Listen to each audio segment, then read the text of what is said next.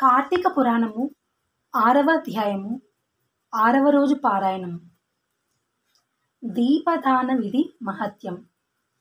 ఓ రాజశ్రేష్ఠుడా, ఏ మానవుడు కార్తీక మాసము నెల రోజులు పరమేశ్వరుని శ్రీ మహావిష్ణువును పంచామృత స్నానం చేయించి కస్తూరి కలిపిన మంచి గంధపు నీటితో భక్తిగా పూజించినచో అట్టి వారికి అశ్వమేధ యాగము చేసినంత పుణ్యము దక్కును.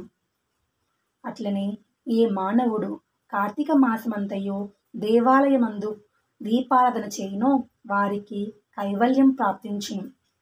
దానం చేయుట ఏ విధంగా చేయాలి అంటే, పైడి పత్తి తానే స్వయముగా తీసి శుభ్రపరిచి భక్తులు చేయవలెను. వరి పిండితో కానీ గోధుమ పిండితో కానీ ప్రమిద వల చేసి వత్తులు వేసి ఆవు నెయ్యి వేసి దీపం వెలిగించి ఆ ప్రమిదను బ్రాహ్మణునకు దానమివ్వలెను.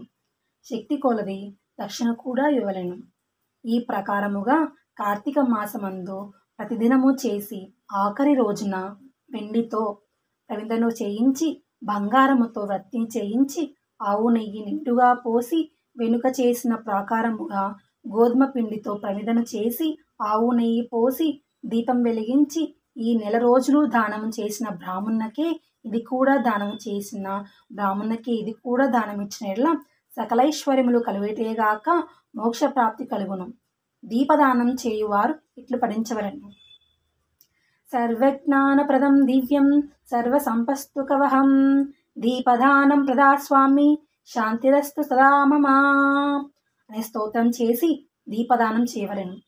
దీని అర్థము ఏమనగా, అన్ని విధములుగా జ్ఞానం కలుగ చేయునదియో సకల సంపదలు నిచ్చు అది ఈ దీపదానము చేయుచున్నా నాకు శాంతి కలుగుగాక అని అర్థము. ఈ విధముగా దీపారాధనము చేసిన తర్వాత బ్రాహ్మణ సమారాధన చేయవలెను. శక్తి లేని ఎడల 10 మంది బ్రాహ్మణులకైనను భోజనం వండి దక్షిణ తాంబూలములను ఇవ్వవలెను. ఈ విధముగా పురుషులు గాని స్త్రీలు గాని ఏ ఒక్కరు చేసినను సిరి సంపదలు విద్యాభివృద్ధి ఆయుర్బుద్ధి కలిగి సుఖింతురు. దీనిని గురించి ఒక ఇతిహాసం కలదు, దానిని వివరించదను ఆలకింపుము అని వశిష్ఠుడు జనకుడితో ఇల్లు చెప్పసాగాను. లుబ్ధ వితంతు స్వర్గమున కేగుట. పూర్వకాలమున ద్రవిడ దేశమందు ఒక గ్రామమున ఒక స్త్రీ కలదు. ఆమెకు పెళ్లి అయిన కొంతకాలమునే భర్త చనిపోయింది. సంతానము గాని ఆఖరికి బంధువులు కానీ లేరు. అందుచే ఆమె ఇతరుల ఇళ్లలో దాసి పని చేయొచ్చు, అక్కడనే భుజించచ్చు. ఒకవేళ వారి సంతోషము కొలది ఏమైనా వస్తువులు ఇచ్చినట్లా ఆ వస్తువులను ఇతరులకు ఇచ్చి ధరకు అమ్ముకొనొచ్చు. ఆ విధముగా తన వద్ద పోగైన సొమ్మును వడ్డీలకు ఇచ్చి మరింత డబ్బును కూడబెట్టుకొనొచ్చు. దొంగలించిన కూడా తీసుకొని వచ్చి వస్తువులను తక్కువ ధరకు కొని ఇతరులకు ఎక్కువ ధరకు అమ్ముకొనొచ్చు, సొమ్ము కూడబెట్టుకొనొచ్చు ఉండేది. ఈ విధముగా కూడబెట్టిన ధనముతో వడ్డీలకు ఇస్తూ శ్రీమంతుల ఇళ్లలో దాసి పనులు చేస్తూ తన మాటలతో వారిని మంచి చేసుకొని జీవించుచుండేది. ఎంత సంపాదించిన ఏమి, ఆమె ఒక్క దినము కూడా ఉపవాసము గాని దేవుని మనసారా ధ్యానించుట గాని చేసి ఎరగదు. పైగా వ్రతములు చేసే వారిని తీర్థయాత్రకు వెళ్లే వారిని చూసి అవహేళన చేసి ఏ ఒక్క భిక్షగానికి కానీ పిరికెడు బియ్యం పెట్టక తాను తినక ధనమును కూడబెట్టుకుంటూ ఉండేది.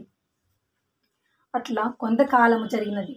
ఒక రోజున ఒక బ్రాహ్మణుడు శ్రీరంగములోని శ్రీరంగనాయకులను సేవించుటకు బయలుదేరి మార్గమధ్యమున ఈ స్త్రీ ఉన్న గ్రామునకు వచ్చి ఆ దినమున అక్కడొక సత్రంలో మజిలీ చేసెను. అతడు ఆ గ్రామంలోని మంచి చెడ్లను తెలుసుకొని ఆ పిసనారి స్త్రీ సంగతి కూడా తెలుసుకొని ఆమె దగ్గరకు వెళ్ళి, అమ్మా, నా హితవచనంలో ఆలకింపుము. నీకు కోపం వచ్చినా సరే నేను చెప్పుచున్న మాటలను ఆలకింపుము. మన శరీరము శాశ్వతము కాదు, నీటి బుడగ వంటిది. ఏ క్షణములో మృత్యువు మనను తీసుకొని పోవునో ఎవరూ చెప్పలేరు. పంచభూతములు 7 ధాతువులతో నిర్మించబడిన ఈ శరీరములోని ప్రాణము జీవము పోగానే చర్మము మాంసము కుళ్ళి దుర్వాసన కొట్టి అసహ్యముగా తయారగును. అటువంటి ఈ శరీరాన్ని నీవు నిత్యము భ్రమించుచున్నావు.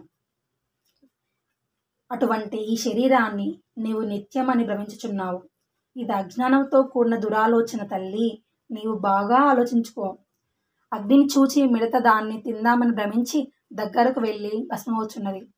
అట్లనే మానవుడు కూడా ఈ తనువు శాశ్వతము అని నమ్మి అంధకారములో పడి నశించుచున్నాడు. కావున నా మాటను విను. నీవు తినక, ఇతరులకు పెట్టక, అన్యాయముగా ఆర్జించిన ధనము ఇప్పుడైనా పేదలకు దాన ధర్మములు చేసి పుణ్యము సంపాదించుకొను. ప్రతిదినము శ్రీమన్నారాయణుని స్మరించి వ్రతాధికములు చేసి మోక్షము పొందుము. నీ పాప పరిహార్థముగా వచ్చే కార్తీక మాసమంతయు ప్రాతకాలమున నదీ స్నానము ఆచరించి దాన ధర్మమును చేసి బ్రాహ్మణులకు భోజనము పెట్టినచో వచ్చే జన్మలో నీవు పుణ్యవతివై సకల సౌభాగ్యములు పొందు అని ఉపదేశమిచ్చెను. ఆ వితంతువురాలు బ్రాహ్మణుడు చెప్పిన మాటలకు తన్మయురాలై మనస్సు మార్చుకొని ఆనాటి నుండి దాన ధర్మములు చేయించు కార్తీక మాసము ఆచరించుటయే జన్మరహిత్యమై మోక్షం పొందాను. కావున కార్తీక మాస వ్రతములో అంత మహత్యం ఉన్నది. ఇట్లు స్కాంద పురాణ అంతర్గత వశిష్ఠ ప్రోక్త కార్తీక మహత్య మండలి 6వ అధ్యాయము 6వ రోజు పారాయణము సమాప్తం. ఓం నమ శివాయ. హర హర మహాదేవ శంభో శంకర.